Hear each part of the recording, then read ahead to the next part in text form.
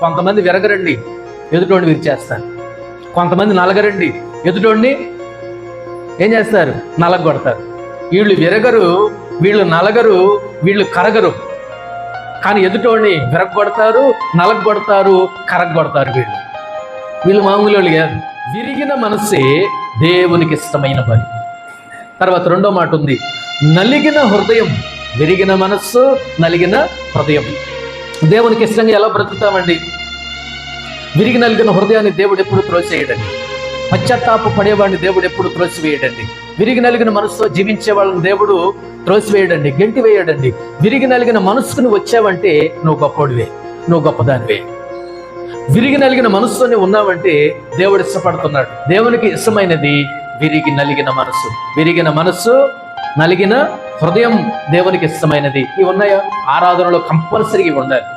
విరిగిన మనస్సు, నలిగిన హృదయం. ఇవి లేకపోతే నీ ఆరాధన ఎవరికి కావాలి? ఇవి లేకపోతే నా ఆరాధనకి ఎవరికి కావాలి?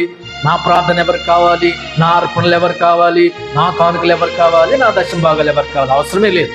నీలో విరిగిన మనసు లేదు కానీ, నలిగిన హృదయం లేదు కానీ, నీ దహన బలులు నాకెందుకు, నీ అర్పణలు నాకెందుకు అని దేవుడు మాట్లాడుతున్నాడు. దేవుని బిడ్డలారా, మన హృదయాన్ని, విరిగి నలిగిన హృదయాన్ని దేవుడు లెక్కలోనికి తీసుకుంటాడు, అంగీకరిస్తాడు, మనల్ని ఇష్టపడతాడు. మనలో ఉన్నటువంటి స్వార్థాన్ని, గర్వాన్ని ఏం చేయాలో, పాపాన్ని విడిచి దేవుని కృపను కోరుకుంటే దేవునికి ఇష్టమైనటువంటి వారిగా మనం ఉంటాం.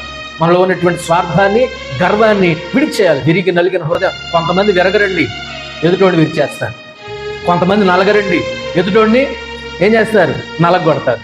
వీళ్ళు విరగరు, వీళ్ళు నలగరు, వీళ్ళు కరగరు, కానీ ఎదుటోడిని విరగొడతారు, నలగొడతారు, కరగొడతారు. వీళ్ళు మామూలు వాళ్ళు కాదు. ఎదుటి వారి గురించి గట్టిగా ప్రార్థన చేస్తారంట. అదిగో ఆమెకు మారు మనసు దయచేయనైనా, ఆమెకి దీన మనసు దయచేయనైనా, ఆమెకు మంచి మనసు దయచేయనా. నీకొద్దా? కనికరం వద్దా? న్యాయం వద్దా? దీన మనసు వద్దా? నిజమేనైనా ఆమెకు మారు మనసు లేదా? ఆమెకు మారు మనసు దయచేయి. నిజమేనైనా ఆయనకు మారు మనసు లేదా? ఆయనకు మారు మనసు దయచేయి. ఆయన విరగొట్టునైనా, ఆమెను విరగొట్టునైనా, ఆమె నలగొట్టునైనా, అతన్ని నల్లగొట్టునైనా నువ్వు నలిగిపోవా, విరిగిపోవా, కరిగిపోవా, పండోడివి, మొండోడివి.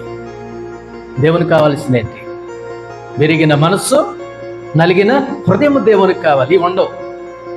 అందుకే నేను నాకు అన్నారు, ఎదుటోడిని విరగొడతాం, ఎదుటోడిని నలగొడతాం, కానీ మనం నలగమెందుకు, మనం విరగమెందుకు? దేవుడు మాట్లాడుతుంటే, వాక్యం మాట్లాడుతుంటే, దేవుడు మాట్లాడుతుంటే కొన్నిసార్లు మన హృదయాలు హెజ్కేల్ గ్రంథంలో అన్నట్లుగా ఎలాంటి హృదయాలు ఇవి? కఠిన హృదయాలు, బండ హృదయాలు, మొండి హృదయాలు, కరగో, విరగో, నలగో.